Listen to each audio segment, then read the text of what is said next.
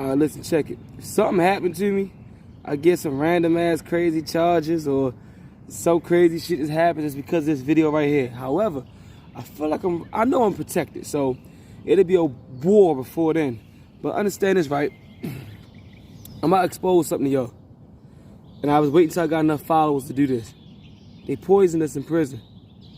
If you got family members in prison, their attitudes is different, they change, and they always asking for money.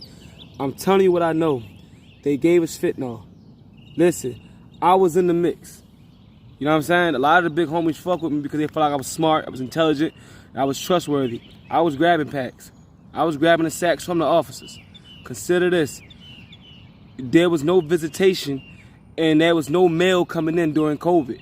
But yet the prison system was at an all-time high of drugs and overdose. How? Where we get it from? What happened is this, and I'm going to give you my story. I smoked. However, when we was getting the sheets from the officers because we couldn't get it ourselves, at first we was smoking regular weed, K2, whatever, you know what I'm saying? But then out of nowhere, like my big homies was trying to tell me, yo, they come to my cell, and cause they used to fuck with me, study, train with me, all that shit. They noticed that I was nodding off when they come to my cell. And I said, nah, nigga, I'm just meditating. And when they started talking to other big homies on the yard, they all saying the same thing. Yeah, such and such, he was nodding off on security detail. Such and such was nodding off when we had to do the shower duty. Everybody's nodding off. So they get on their cell phones, they call over state. Everybody's nodding off all over state. They asked the officers, and the officers had told the truth. They said, yes, we sprayed everything with fentanyl as well. That sit everybody down and keep everybody quiet. What they did was, death in North Carolina, closed custody inmates can only come out 3 hours a day. And that's how they paralyzed us by giving us fentanyl. We didn't know we was smoking fentanyl. Now, of course, after we found out we smoking fentanyl, we want to get off of that shit, of course. But, yo, it's highly addictive. I done went through withdrawals, all types of shit, bro. And if it wasn't for the big homies and some of the guards I had around me, bro, the spirits I had around me, I'd be dead. The big homies wanted to push me out here so I can do this.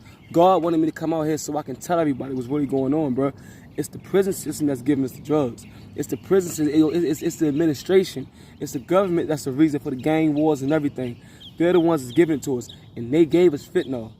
Every big homie that had bucked the system and said, we not selling that shit no more, and start pushing buttons on any other big homie that was selling it, they put him in the hole. J. Poon been in the hole since 2021 when he pushed the button and said no more selling them sheets of paper. Yo, they just took Agnes to the hole before I left prison. I've been home 7 months. Agnes still in the hole with no charge. But they just try to find things to put on them brothers.